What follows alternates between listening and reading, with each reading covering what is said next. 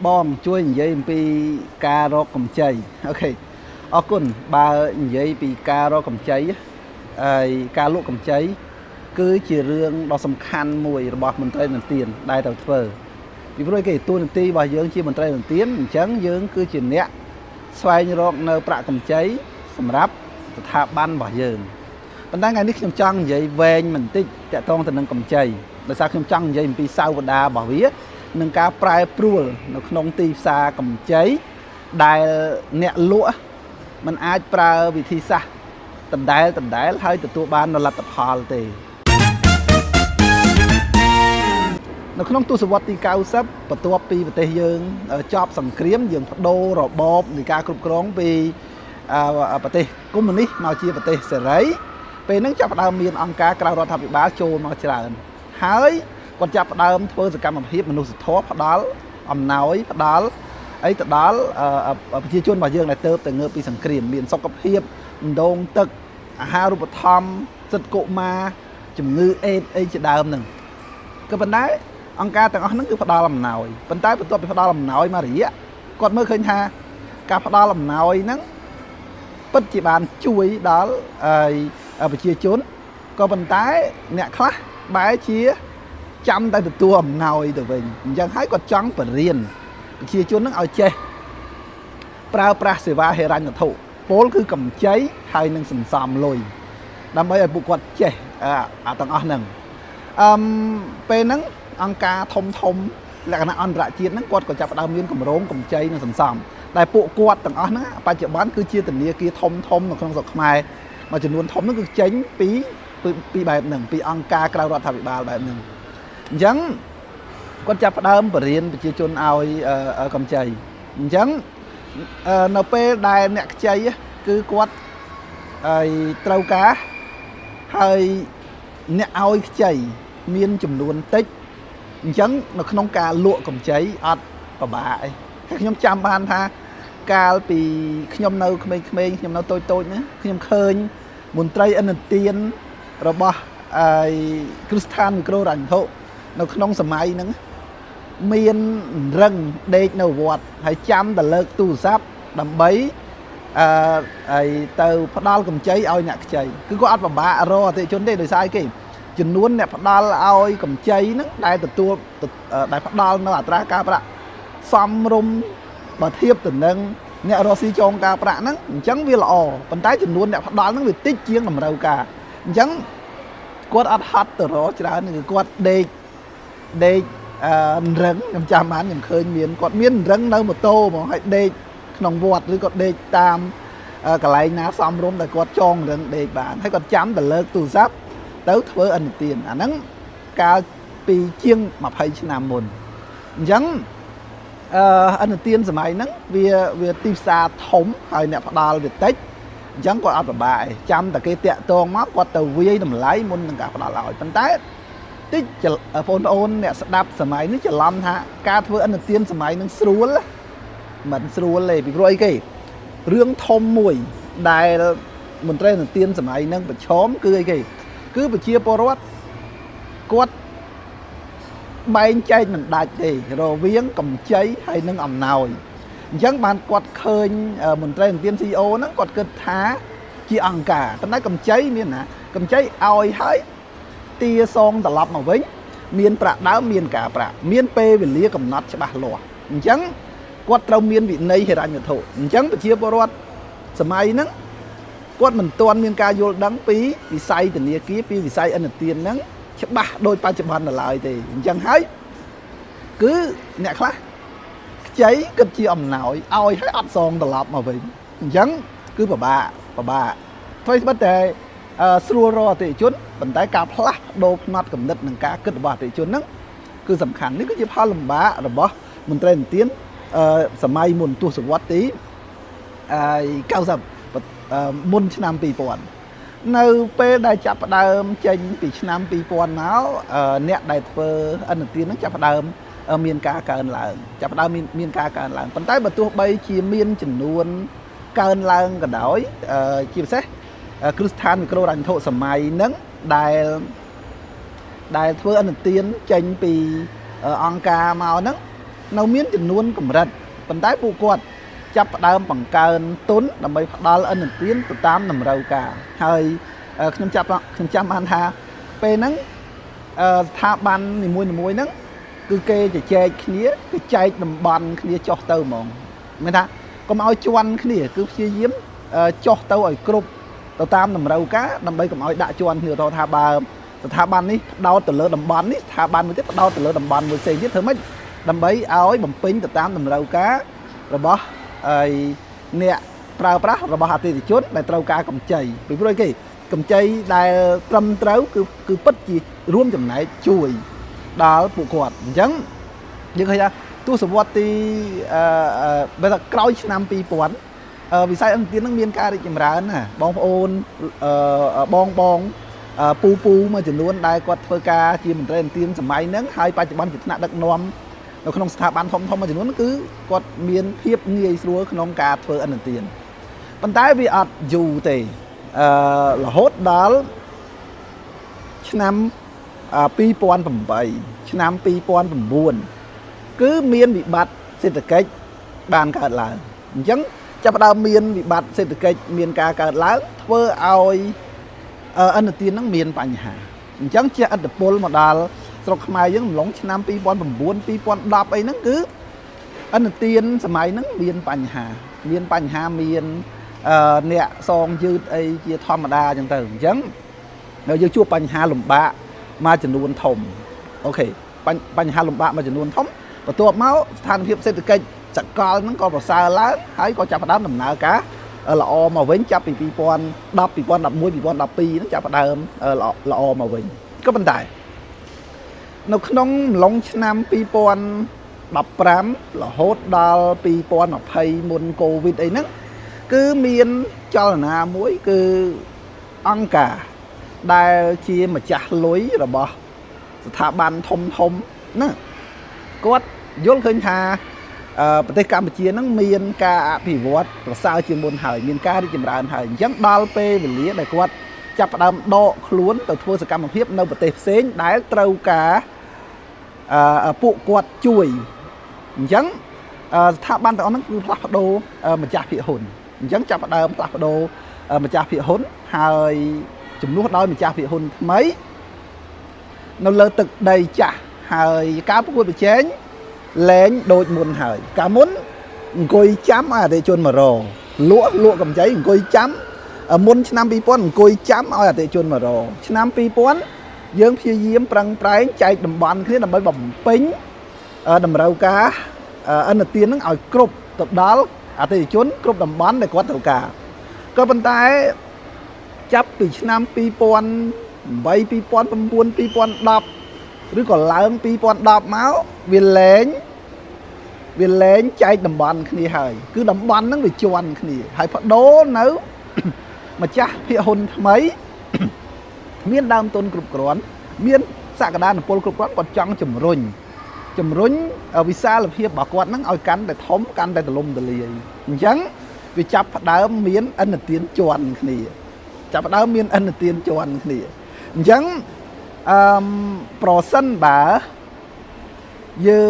អ្នកលក់ហ្នឹងនៅប្រើវិធីសាស្ត្រអង្គុយចាំឲ្យគេមកខ្ចីឬក៏ទៅរកតំបន់ផ្សេងពីគ្នាគឺអត់កើតទេគឺត្រូវតែដូររបៀបលក់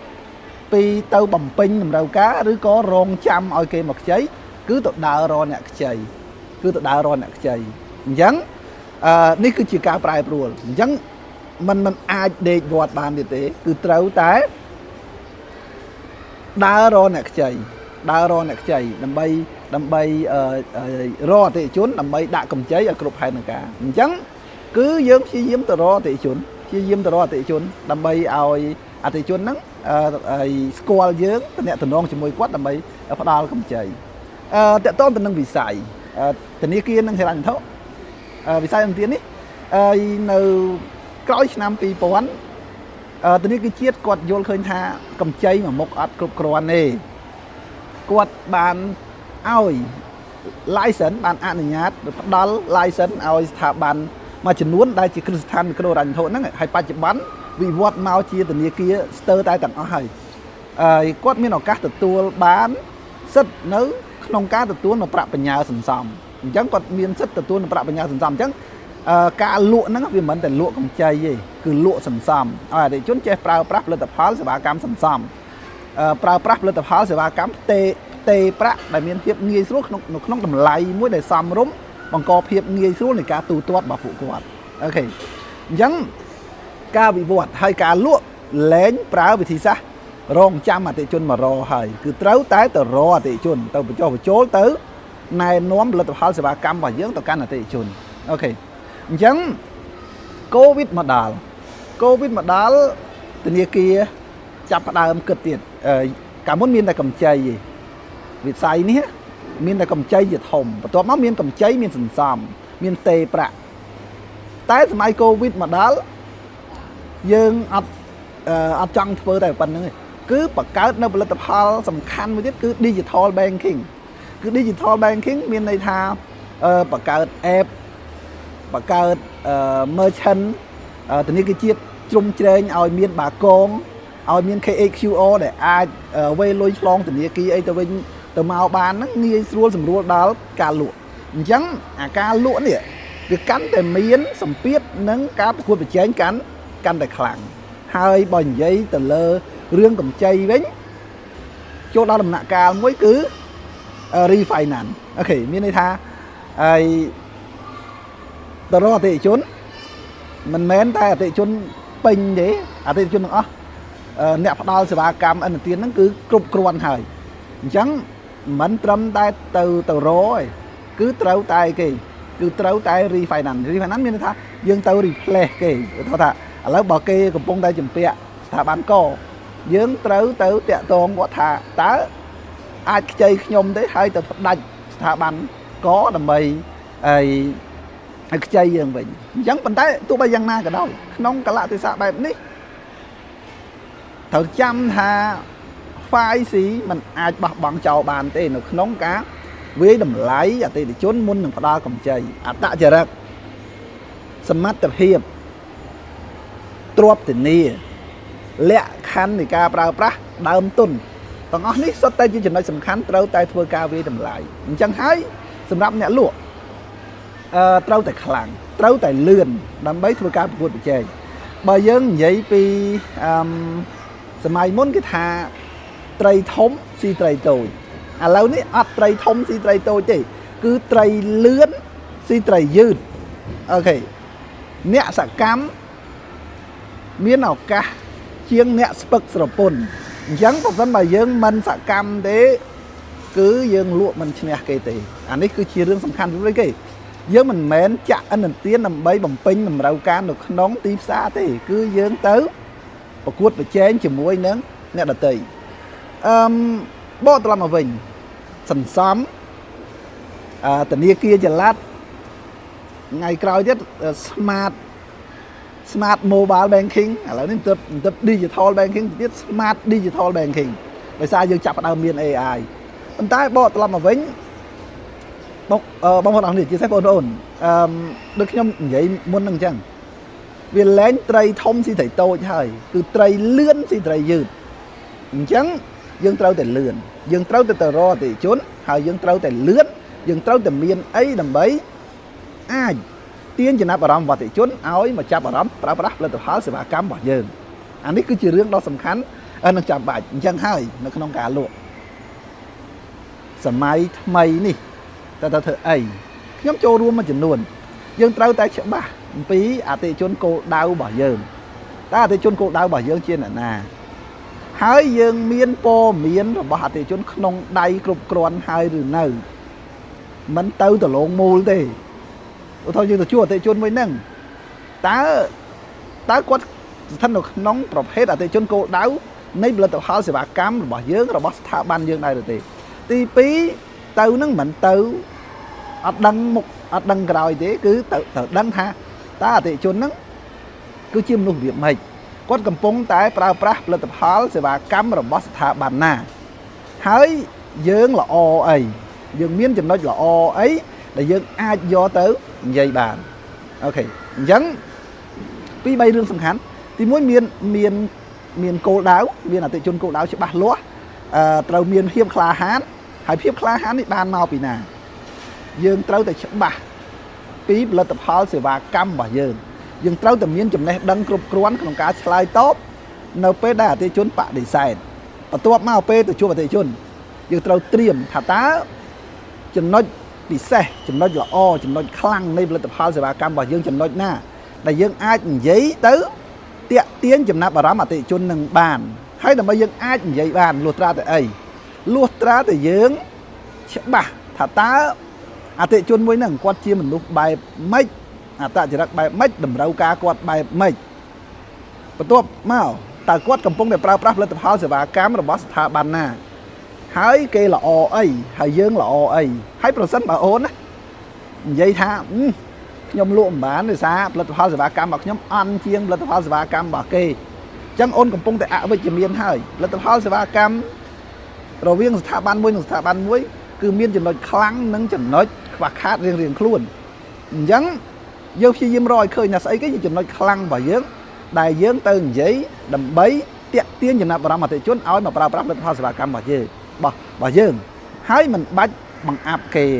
ណាមិនបាច់បង្អាប់គេណាពីព្រោះអីគេក្រមសីលធម៌វិជ្ជាជីវៈក្នុងនាមជាអ្នកលក់អត់អាចប្រអាប់គេបានទេមិនបាច់និយាយគេទេប៉ុន្តែអួតខ្លួនឯងធ្វើម៉េចដើម្បីអតិថិជនចាប់អារម្មណ៍ប៉ុន្តែយើងដឹងថាគេខ្វះខាតអីគេល្អអីយើងល្អអីយើងខ្វះខាតអីអាហ្នឹងដូចក្នុងរឿងសាមកុកអញ្ចឹងស្គាល់សត្រូវច្បាស់ស្គាល់ខ្លួនឯងច្បាស់ច្បាំង100ដងឈ្នះ100ដងអញ្ចឹងយើងទៅលទ្ធភាពនៃភាពជោគជ័យរបស់យើងច្រើនហើយតើយើងអាចបត់បែនបានកម្រិតណាអញ្ចឹងនៅក្នុងទីផ្សារនៃការប្រកួតប្រជែងសំខាន់ហើយបើសិនយើងមើលចំនួនអ្នកខ្ចីលុយចំនួនអ្នកត្រូវការកម្ចីនៅតែមានក៏ប៉ុន្តែប្រសិនបើយើងលឿនយើងល្អយើងប្រកែយើងនឹងរើសបានអតិថិជនល្អ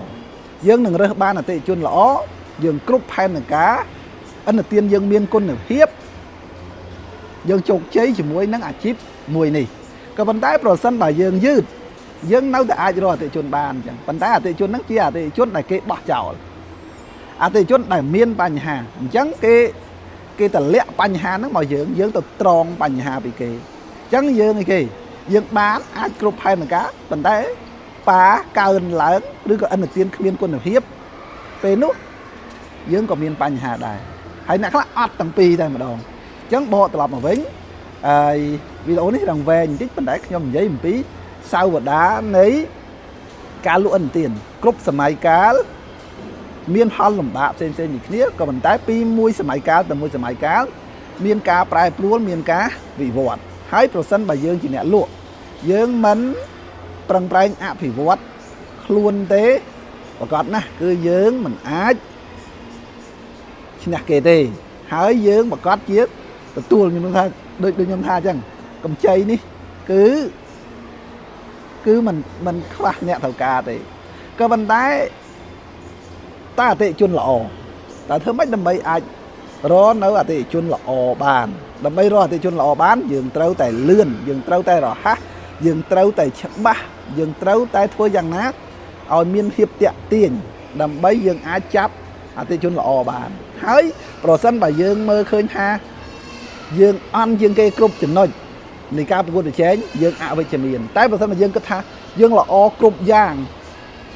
យើងវិជ្ជមានជ្រុលប៉ុន្តែយើងត្រូវដឹង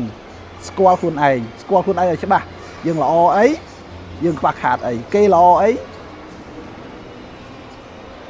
គេខ្វះខាតអីអតិថិជនរបៀបម៉េចទីផ្សារប្រកួតប្រជែងរបៀបម៉េចតើយើងគួរចាប់ផ្ដើមនឹងនិយាយចំណុចណាដើម្បីទាក់ទាញចំណាប់អារម្មណ៍អតិថិជនមួយហ្នឹងអូខេអរគុណច្រើនវីដេអូនេះវែងបន្តិចក៏ប៉ុន្តែជាការចែកម្លែកទៅកាន់បងប្អូនអរគ្នាហើយខ្ញុំគិតថាមិនសម្រាប់បងទេបងមានបទពិសោធន៍ច្រើនហើយបងអាចខមមិនបន្ថែមប្រសិនបើអ្វីដែលខ្ញុំនិយាយមានការខ្វះខាតហើយចេតនារបស់ខ្ញុំគឺ